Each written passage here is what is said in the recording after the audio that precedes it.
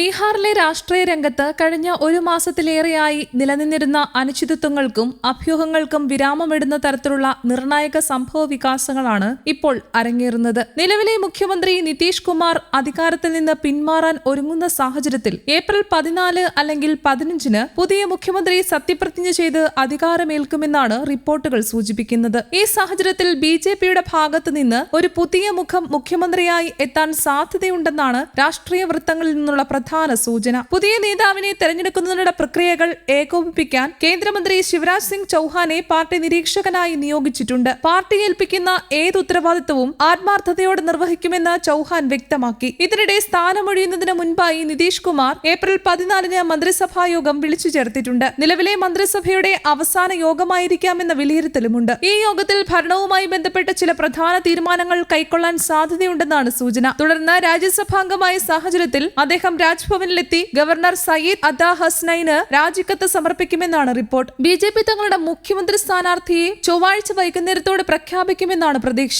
അതിനു മുന്നോടിയായി BJP എംഎൽഎമാരുടെയും JDU, LJP, Paswan, ആർഎൽഎസ്പി തുടങ്ങിയ എൻഡിഎ ഘടകകക്ഷികളുമായും വ്യാപകമായ ചർച്ചകൾ പുരോഗമിക്കുകയാണ്. ബീഹാറിലെ സഖ്യരാഷ്ട്രീയത്തിന്റെ സങ്കീർണത കണക്കിലെടുത്ത് എല്ലാവർക്കും അംഗീകരിക്കാവുന്ന നേതാവിനെ കണ്ടെത്തുന്നതാണ് എൻഡിഎയുടെ പ്രധാന ലക്ഷ്യം. അതേസമയം മുഖ്യമന്ത്രി സ്ഥാനം ഒഴിയുന്നുവെങ്കിലും നിതീഷ് കുമാർ ബീഹാറിന്റെ രാഷ്ട്രീയത്തിൽ സജീവമായി തുടരുമെന്ന് ജെഡിയു വൃത്തങ്ങൾ വ്യക്തമാക്കുന്നു. ജെഡിയു വർക്കിംഗ് പ്രസിഡന്റും രാജ്യസഭാംഗവുമായ സഞ്ജയ് കുമാർ ഝായുടെ അഭിപ്രായത്തിൽ 2025-30 കാലയളവിലേക്കുള്ള ഭരണത്തിന് എൻഡിഎ ജനവിധി നേടിയത് നിതീഷ് കുമാറിന്റെ നേതൃത്വത്തിലാണ്. അതിനാൽ പുതിയ സർക്കാർ അദ്ദേഹത്തിന്റെ വികസന നയങ്ങൾ തുടരുമെന്നും അദ്ദേഹം മാർഗനിർദ്ദേശം നൽകുന്ന പ്രധാന നേതാവായി തുടരുകയാണെന്നും അദ്ദേഹം പറഞ്ഞു. ഇതിനിടെ നിതീഷ് കുമാർ രാജ്യസഭാംഗമായി സത്യപ്രതിജ്ഞ ചെയ്ത് പുതിയൊരു രാഷ്ട്രീയ ഘട്ടത്തിലേക്ക് കടന്നിരിക്കുകയാണ്. രാജ്യസഭാ ചെയർമാൻ CP രാധാകൃഷ്ണന്റെ സാന്നിധ്യത്തിൽ നടന്ന ചടങ്ങിൽ ഹിന്ദിയിലായിരുന്നു സത്യവാചകം. ചടങ്ങിൽ ബിജെപി ദേശീയ അധ്യക്ഷൻ JP നദ്ദ, ധനമന്ത്രി നിർമ്മല സീതാരാമൻ, കേന്ദ്രമന്ത്രി അർജുൻ റാം മാഗ്വാൾ തുടങ്ങിയ പ്രമുഖർ പങ്കെടുത്തു. ഈ അവസരത്തിൽ പ്രധാനമന്ത്രി നരേന്ദ്രമോദി നിതീഷ് കുമാറിനെ അഭിനന്ദിക്കുകയും അദ്ദേഹത്തിന്റെ ഭരണപരിചയവും ദീർഘകാല രാഷ്ട്രീയ പാരമ്പര്യവും പാർലമെന്റിന്റെ ഗൌരവം ഉയർത്തുമെന്ന് അഭിപ്രായപ്പെടുകയും ചെയ്തു. ബീഹാറിന്റെ വികസനത്തിൽ അദ്ദേഹത്തിന്റെ സംഭാവനകൾ നിർണായകമാണെന്നും സ്ഥിരതയുള്ള ഭരണത്തിന് അദ്ദേഹം നൽകിയ പ്രാധാന്യം രാജ്യത്തുടനീളം അംഗീകരിക്കപ്പെട്ടതാണെന്നും മോദി ചൂണ്ടിക്കാട്ടി. ബീഹാറിലെ രാഷ്ട്രീയ പശ്ചാത്തലം നോക്കുമ്പോൾ കഴിഞ്ഞ 2 ദശാബ്ദങ്ങളായി നിതീഷ് കുമാർ സംസ്ഥാന രാഷ്ട്രീയത്തിലെ കേന്ദ്ര കഥാപാത്രമായിരുന്നു. വിവിധ സഖ്യങ്ങളുമായി ചേർന്ന് ഭരണത്തിൽ തുടരുന്ന അദ്ദേഹം സുസ്ഥിരതയും വികസനവും എന്ന ആശയത്തെ മുൻനിർത്തിയാണ് ഭരണകൂടം നയിച്ചത്. നിയമക്രമം മെച്ചപ്പെടുത്തൽ,